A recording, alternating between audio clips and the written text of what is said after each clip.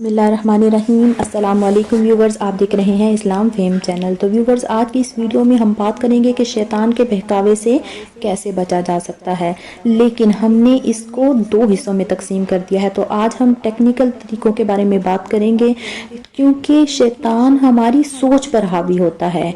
उसका बड़ा हथियार यह है कि वो हमारी सोच को अपने काबू में कर लेता है, जिसकी वजह से हम अपने अमाल में कोताही करते हैं। लेकिन अगर हम खुद अपनी सोच पर काबू पा लें तो हम शैतान के बहकावे से बच सकते हैं। तो आज की इस वीडियो में हम यही बात करेंगे कि हम ऐसी कौन कौन सी चीजें अपनाएं जिससे हम अपनी सोच को बदल सके। तो इसमें सबसे पहली चीज ये है कि हमें एक दूसरे की बदगुमानी से बचना है। जैसे कि शैतान हमें बदगुमान करता है, तो इसके बारे में अगर हम कुरान करीम में भी देखें तो हमें मिलता है, अल्लाह ताला ने इरशाद फरमाया कि बाज गुमान गुनाह होते हैं। तो अगर हम इस पर अमल करें, एक दूसरे से हम बदगुमान ना हो, तो हम इस चीज से, शैतान के इस वार से बच सकते हैं। और अगर हम हदीस में भी देखें तो हमें 3 दिन से ज्यादा एक दूसरे से नाराज रहने की इजाजत नहीं दी गई। तो हमें सबसे पहले यही करना है कि हमें एक दूसरे के बारे में बदगुमान नहीं होना। और इसका दूसरा तरीका यह है कि हमें सीरत नबवी का मुताला करना है। इससे क्या होगा कि हमारा ज्यादा से ज्यादा टाइम सीरत मुस्तफा के मुताला में गुजरेगा। और दूसरी बात यह है कि हम सीरत से ये जान सकेंगे कि आप सल्लल्लाहु अलैहि वसल्लम ने शरीयत के तमाम अहकाम में तवाज़ुन कैसे कायम किया और हर हालत में तमाम अहकाम को कैसे बजा लाया। तो इससे क्या होगा कि हम किसी एक हुक्म की तरफ नहीं झुक जाएंगे, बल्कि हम शरीयत में दिए गए, यानी जो हमें अहकाम दिए गए हैं, तमाम अहकाम में तवाज़ुन कायम रख सकेंगे। और तीसरी चीज ये है कि हमें किसी भी अमल का वक्त हो जाए तो हमें अपना ज़हन बना लेना है कि हमें अव्वल वक्त में ही उस काम को अंजाम देना है। ये नहीं कि अब नमाज का टाइम हो गया तो इतनी देर नमाज का टाइम रहता है, बल्कि जब नमाज का टाइम हो गया तो सबसे पहले हमें नमाज अदा करनी है। जिस काम का वक्त हो जाए हमें सबसे पहले वो काम करना है, उसके बाद हमें बाकी सारे काम अंजाम देने हैं।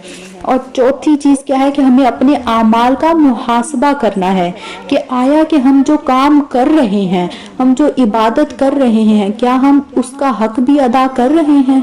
तो इससे क्या होगा कि हमारे जहन में ये बात नहीं आएगी कि हम बहुत ज्यादा नमाजी, बहुत ही परहेजगार हैं। जब हमारे जहन में ये होगा कि हमने जो इबादत की है, क्या हमने उसका हक अदा किया है। और पांचवी चीज ये है कि हमें अल्लाह ताला की जात पे भरोसा होना चाहिए कि वही रज़्ज़ाक है, यानी वही रिस्क देने वाला है। तो इससे क्या होगा कि हमारे सदकात, खैरात और ज़कात वगैरह की अदायगी की शरह में भी इजाफा होगा। और क्या होगा कि हमें रिस्क से मुताल्लिक किसी किस्म की टेंशन नहीं होगी, हर किस्म के खौफ से हम बच जाएंगे, क्योंकि रिस्क देने वाली जात सिर्फ और सिर्फ अल्लाह ताला की है। छठा तरीका यह है कि कुरान और सुन्नत पर अमल करेंगे। तो बेसिकली देखा जाए तो ये सबसे बड़ा पॉइंट है, क्योंकि बाकी सारे पॉइंट इसी के जुमरे में आते हैं।